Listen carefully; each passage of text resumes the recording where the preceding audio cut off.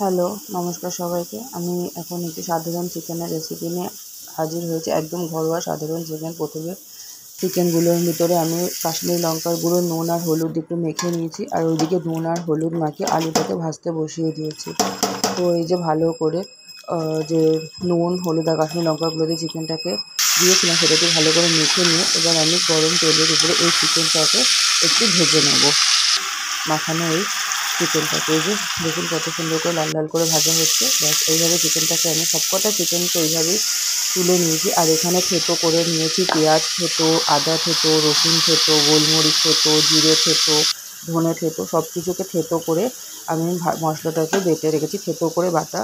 আর এটা হচ্ছে এখানে হচ্ছে একটুখানি তন্দুরি চিকেন মশলা, আর এমনি জিরের গুঁড়ো, আর হচ্ছে লঙ্কার গুঁড়ো দিয়ে আমি একটা গরম জল দিয়ে একটা ঘোল বানিয়ে রেখে দিয়েছি। আর এই দেখুন কত সুন্দর চিকেন আর আলুগুলো লাল লাল করে ভাজা হয়ে গেছে। তো যখন মশলাটা আধা ভাজা হয়ে গেছে, তখন আমি এই যে লঙ্কা দিয়ে, হলুদ দিয়ে, মশলা দিয়ে যে ঘোলটা করে রেখেছিলাম, সেটা ওই মশলার ভিতরে দিয়ে একটু ভালো করে নাড়াচাড়া করে কষে এবার সমস্ত ভাজা মাংস, আলু সব কিছু দিয়ে যে থালা থেকে তেলটা ছিল সেই তেলটাও আমি দিয়ে দিলাম। দিয়ে এটাকে ভালো করে এবার কষে নিচ্ছি, একদম লাল লাল করে কষে নেব। এই যে দেখতে পাচ্ছেন কত সুন্দর লাল লাল করে কষা হয়ে গেছে। তো যতক্ষণ এটা ভালোভাবে কষাও ততক্ষণে আমি এটাকে কষে নেব। দিয়ে এবার আমি কেটলিতে গরম জল করে নিয়েছি, গরম জলই দিয়েছি মাংসটার ভিতরে। আর যে কোনো মাংস তরকারিতে গরম জল দিলেই ভালো হয়। দেওয়ার পরে দেখুন কত সুন্দর তরকারিটা লালচে লালচে কালার এসে গেছে এবং কত ফ্রেশ লাগছে। মাংসগুলো কত সুন্দর গোটা গোটা রয়েছে, মাংস ভেঙে একদম গুঁড়ো গুঁড়ো হয়ে যায়নি। আর এটা হচ্ছে গরম মশলা, সেটাও একটু সবার লাস্টে মিশিয়ে দিলাম, দিয়ে ভালো করে নাড়াচাড়া করে নিলাম।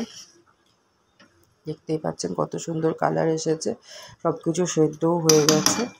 আর একটুখানি সামান্য ফুটবে সিম আছে, তারপরে আমি এটাকে নামিয়ে দেবো। দেখুন কত সুন্দর ফুটছে। এই যে আমি ঢাকাও দিয়ে দিলাম। এবার ঢাকা দিয়ে যে গ্যাসের নবটা অফ করে দিলাম, তো এটা পুরো রেডি। এইবার আমার হচ্ছে দেখুন কত সুন্দর ফাইনাল লুক, কত সুন্দর হয়েছে চিকেনটা। একদম সাধারণভাবে ঘরোয়া, একদম সাধারণ গৃহবধূর হাতের চিকেন। ভালো লাগলে লাইক করবেন।